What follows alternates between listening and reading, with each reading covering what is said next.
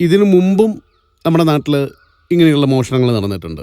എല്ലാവർക്കും അറിയുന്ന കാര്യമാണ്, കാർത്തികനിച്ചിക്ക് അറിയാം അല്ലേ? നമ്മുടെ ദിവാകരൻ്റെ മോളുടെ കല്യാണത്തിൻ്റെ തലേ ദിവസം പെണ്ണ് കല്യാണത്തിന് ഒരുങ്ങി നിൽക്കുന്ന സമയത്താണ് 25 പവൻ മോഷണം പോകുന്നത്. കായംകുളത്തുനിന്ന് പിറ്റേ ദിവസം ചെക്കൻ്റെ ആളുകൾ വരിക.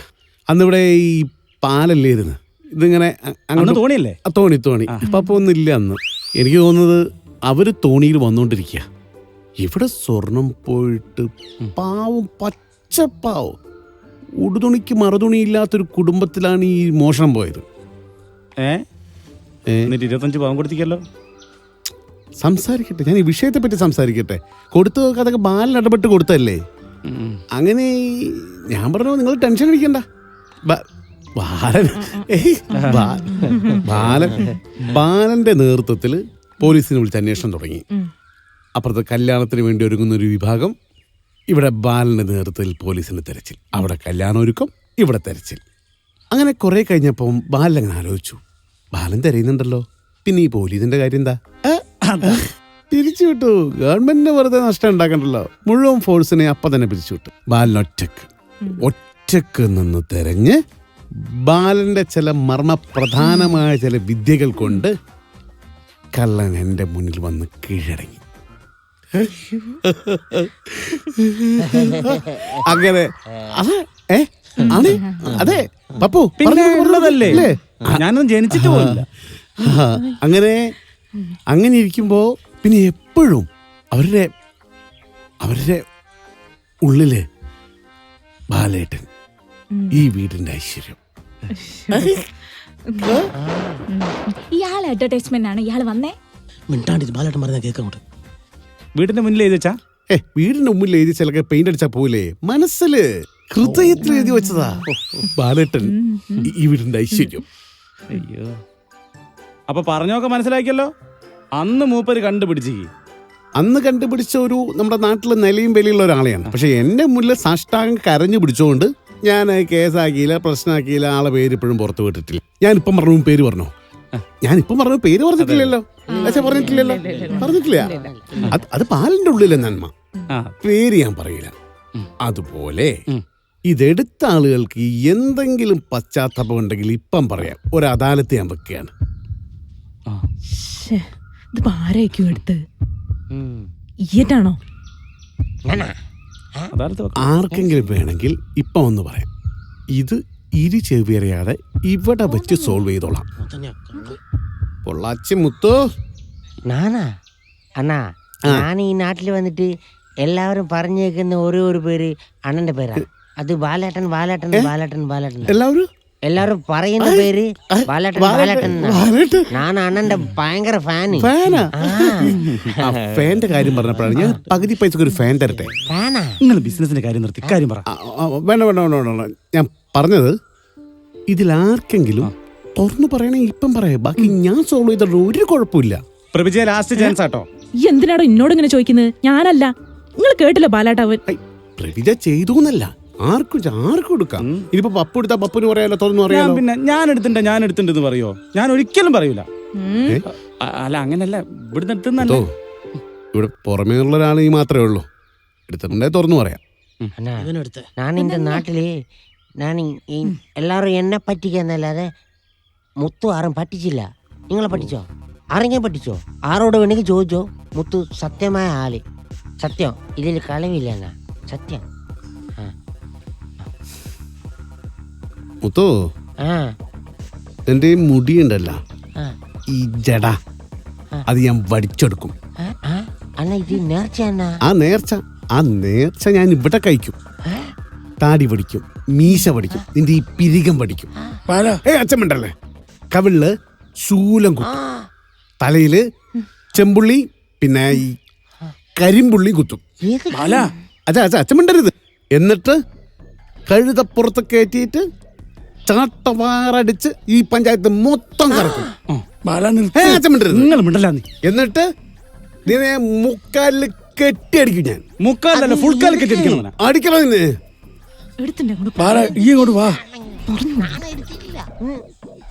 എന്താ നീ എടുക്കണ്ട പറഞ്ഞോ. ആർക്കെങ്കിലും പറയണേ ഇപ്പം പറയാം. ആ. ഞാന് പിടിച്ചു കഴിഞ്ഞാ പിന്നെ നാറിപ്പോവും, എല്ലാവരും നാറിപ്പോവും. ആച്ചമിണ്ടല്ലേ അവസാനമായിട്ടാ ബാലന്റെ വേറൊരു മുഖം നിങ്ങൾ എല്ലാവരും കാണേണ്ടി വരും.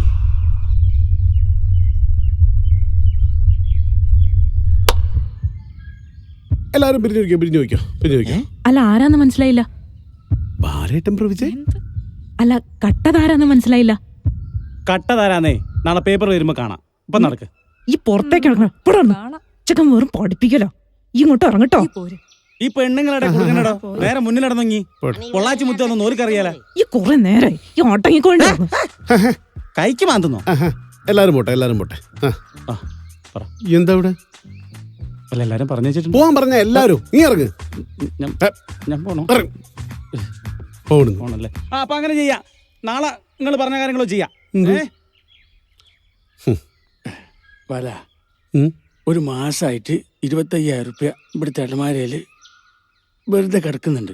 ഞാനത് ഇടയ്ക്കിടയ്ക്ക് തുറന്നു നോക്കുമ്പോൾ അത് അവിടെ അങ്ങനെ തന്നെ ഉണ്ടാവും. അമ്മ എനിക്ക് അറിയൊന്നുമില്ലേ? ഉള്ള കറിയൊക്കെ കൂട്ടി കഴിക്കും മോളെ. നാളെ എന്തെങ്കിലും ആക്കാം.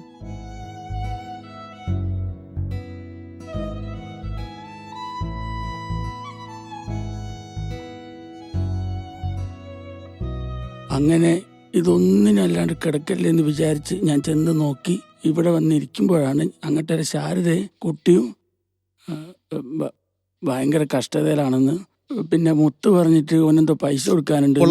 പൊള്ളാച്ചി മുത്ത് വന്ന് എന്തോ പൈസ കൊടുക്കാനുണ്ടായിട്ട് അതിനു വേണ്ടി ഒരു എന്തോ ലഹള കൂടുന്നൊക്കെ കേൾക്കുന്നുണ്ട്. ഇല്ലമ്മ, ഇപ്പൊ എത്ര മാസായി? നിങ്ങൾ 6 മാസം എന്ന് പറഞ്ഞതാ. ഇപ്പൊ 6 മാസത്തിന് മുകളിലായി. എനിക്ക് ഭയങ്കര ടൈറ്റ് ഉണ്ട്. എനിക്ക് നിങ്ങളോട് ചോദിക്കാനും ബുദ്ധിമുട്ടുണ്ട്. തരാം. എപ്പ തരോ? തരാന്ന് പറയുന്നല്ലാതെ പൈസ വന്നില്ല. ഇത് എന്നോട് പൈസ അല്ല, വേറൊരാളുടെ പൈസ. അപ്പൊ എനിക്കിത് കൊടുക്കാതിരിക്കാൻ പറ്റില്ല. പെട്ടെന്ന് ശരിയാക്കണം. എന്നാലേ ഇനിയും തരാൻ പറ്റൂ. സ്പീഡാക്കാം. എപ്പ തരൂ? അടുത്ത ആഴ്ച എന്ന് പറഞ്ഞിട്ട് നിങ്ങൾ ഒരു 3-4 ആഴ്ചയായി ഞാൻ അങ്ങോട്ടും ഇങ്ങോട്ടും നടന്നുകൊണ്ട് നിൽക്കുന്നേ. നിങ്ങളൊന്ന് സ്പീഡാക്ക്. എപ്പോ? കറക്റ്റ് ഡേറ്റ് പറ. നടന്ന് ഷൂ തഴിഞ്ഞ്, അതുകൊണ്ട് ഷൂവിന്റെ പൈസ കൂടി ചേർത്ത് തരണോ? നിങ്ങൾ പൈസ തരുമെന്ന് പറഞ്ഞിട്ട് ഇപ്പൊ എന്റെ കയ്യിൽ പൈസ എടുത്തിട്ട് അവർക്ക് ഞാൻ പൈസ കൊടുക്കുന്നു. അതുകൊണ്ട് നിങ്ങൾ എനിക്ക് പെട്ടെന്ന് പൈസ ശരിയാക്കി തരണോ? തറ. എപ്പ തരൂ? ഇത് പെട്ടെന്ന് തീർക്കാം. എപ്പ കിട്ടൂ അത് പറ. ഞാൻ ഒരു ഓഫർ തരാം. നിങ്ങൾ എനിക്ക് മുതലെങ്കിലും താ. ഇല്ലാഞ്ഞിട്ടാ. ഒന്ന് കിട്ടും, ഒന്നുമേ കിട്ടില്ല. നിങ്ങൾക്ക് വന്ന വെറും എംടി ആണ്. വെറും നടത്തം മാത്രം വേസ്റ്റ്. എപ്പ തരൂന്ന് പറ. അപ്പൊ ഞാൻ വിചാരിച്ചു ഇത് ഇവിടെ അങ്ങനെ വെറുതെ കിടന്നിട്ട് എന്താ, ഏതായാലും പെൻഷൻ കിട്ടുമല്ലോ.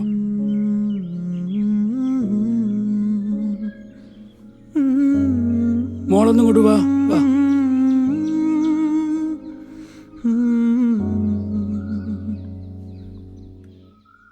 ഇത് പോയി അമ്മേന്റെ കൈ കൊടുത്തിട്ട് അച്ചായൻ തന്നാന്ന് പറഞ്ഞാൽ മതി കേട്ടോ. ചെല്ല്, നോക്കി പോണേ.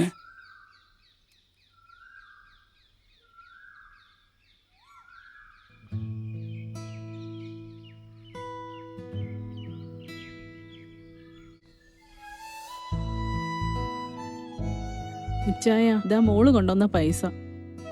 അതെന്റെ പൈസ അല്ലേ, അതുകൊണ്ട് അതവിടെ വെച്ചോ. എനക്ക് ഉണ്ടാവുമ്പോ തന്നാ മതി. മോക്ക് നല്ല ഭക്ഷണമൊക്കെ വാങ്ങിക്കൊടുക്ക്. പിന്നെ തമിഴിന്റെ ചീത്തൊക്കെ എന്തിനാ കേൾക്കുന്നത്? അയാൾക്ക് കൊടുക്കാനുള്ള കൊടുത്ത് കടമൊക്കെ വിട്ടേക്ക്. അതിന്റെ പൈസ തന്നെയാ. അത് എനക്ക് ഉണ്ടാവുമ്പോ എന്റെ അടുത്ത് തന്നാ മതി.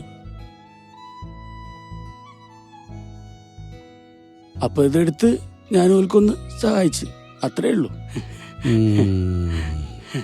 പൈസ നമുക്ക് വീടുകളിൽ വെച്ച് പൂട്ടിടാനുള്ളതല്ല. പൈസ ആവശ്യമുള്ളവർക്കും വിഷമമുള്ളവർക്കും കൊടുത്ത് സഹായിക്കണം. അടിപൊളി. അതിനാ ഞാൻ അങ്ങനെ ചെയ്തത്. എന്താ പാല? ഇതല്ലല്ലോ. എന്താ സംഭവം?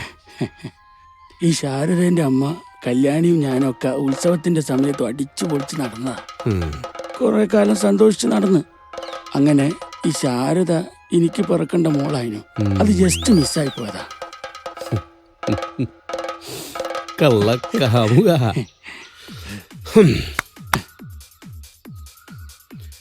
ഹാൻസാ. ആ ബാലേട്ടാ, എന്തേ? ആ പൈസ പെട്ടെന്ന് തന്നെ കിട്ടും കേട്ടാ അല്ലച്ചാ? പൈസ കിട്ടേ ആ കിട്ടും കിട്ടും ഇയാളെന്തൊക്കെയാ പറയുന്നത്? അച്ഛാ ശരി.